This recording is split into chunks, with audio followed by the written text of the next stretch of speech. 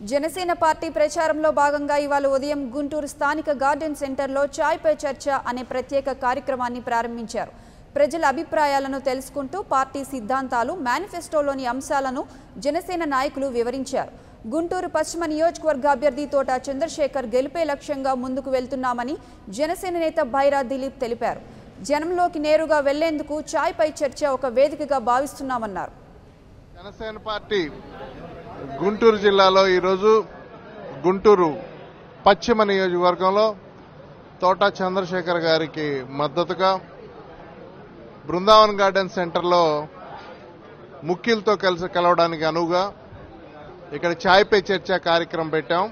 ఈ కార్యక్రమంలో ప్రధానంగా ఓటు హక్కు విలువ తెలియజేయటం, ప్రజల సమస్యలు తెలుసుకోవటం, జనసేన పార్టీ సిద్ధాంతాలని తెలియజేయటం, ప్రజలతో మమేకం అవడం. దీనికి అనుగుణంగా ఈరోజు ఉదయం మొదటగా బృందావన్ గార్డెన్స్ లో ఈ కార్యక్రమం మీరు ఇక్కడ చూస్తున్నారు. అనేక మంది పెద్దలు, మరి పుర ప్రముఖులు ఈరోజు ఇక్కడ వాకింగ్ వచ్చి పొద్దున్నే ఈ చాయ్ పే చర్చ కార్యక్రమంలో పాల్గొంటున్నారు.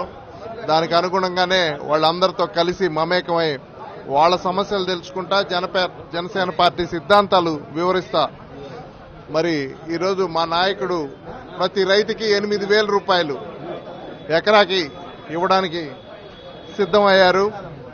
అదేవిధంగా 33% మహిళలకి, అదేవిధంగా నగదు బదిలీ, పబ్లిక్ డిస్ట్రిబ్యూషన్ సిస్టమ్కి వ్యతిరేకంగా, చౌకధరల దుకాణంలో జరుగుతున్న అక్రమాలకు వ్యతిరేకంగా డైరెక్ట్ గా అక్క, చెల్లి, వదిన, అమ్మ అకౌంట్ లో 3,000 రూపాయల వరకు నగదు బదిలీ, అదేవిధంగా ప్రతి నెల గ్యాస్ సిలిండర్ ఉచితం, ఇటువంటి కొత్త అంశాలతో వ్యవస్థను మార్చడానికి స్వచ్ఛ ఓటును అమ్ముకోవద్దు, ఓటుని డబ్బుకి మద్యానికి అమ్ముకోవద్దు, స్వచ్ఛ ఓటు అనే సిద్ధాంతంతో మరి మా నాయకుడు పవన్ కళ్యాణ్ గారు ఈరోజు ప్రజల ముందుకు వచ్చారు. కాబట్టి వారిని ఆశీర్వదించి ఒక కొత్త మార్పు, కులాలకు అతీతంగా, మతాలకు అతీతంగా ఒక కొత్త మార్పు తీసుకురావడానికి, మరి ప్రజలతో కలవడానికి, ప్రజలకు మా భావాజాలాన్ని తెలియజేయడానికి ఈరోజు చాయ్ పే చర్చ కార్యక్రమం గుంటూరులో మొదలుపెట్టి